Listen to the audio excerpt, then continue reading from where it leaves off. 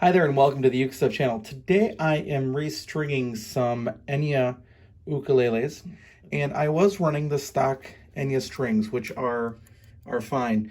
But in the midst of the pandemic, I have to have classroom sets of ukuleles with my fifth graders where we're teaching ukulele.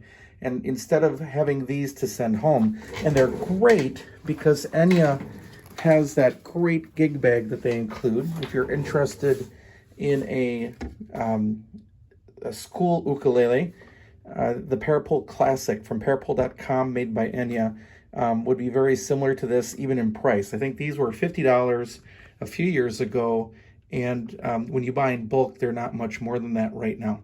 Anyway, with the Enyas, the clear fluorocarbons were fine, but as I'm teaching, I always start off with the colored strings, and students move off those colored strings pretty quickly.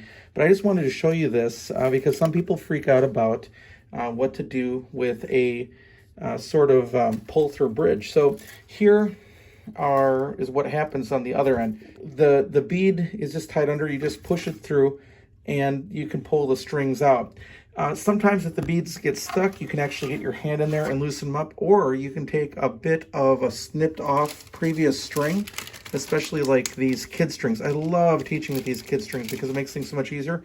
But the red string, the C string, is thick, and I can actually put it in there with another string and poke it out sometimes too. That can also work really well. So anyway, you have a string, right?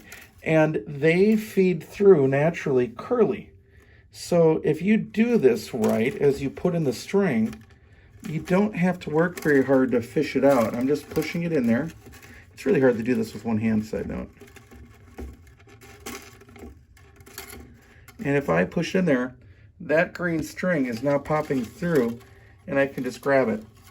So what I do generally is I feed all 4 strings through.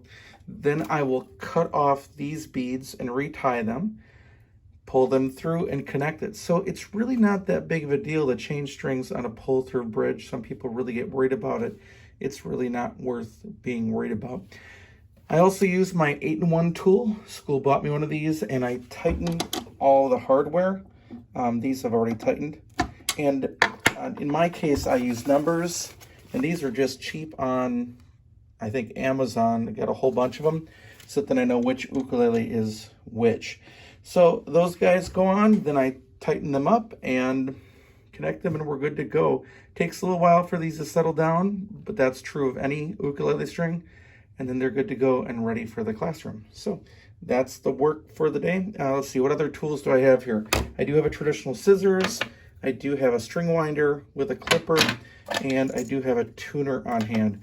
I do not have my Jawum tuner here because one has been ordered for this school, but it just hasn't arrived yet. If that was here, it would make even changing the strings yet a little bit faster because the Jawum has a little lever on it that you can push up or down to help you wind the strings and make string changes really easy. All right, so that's just a quick video about changing strings on a pull-through bridge, and that's how it's done. Pretty easy. All right, thanks for watching. Hope you're having a great day, and I will be back soon with some more Uke stuff for you.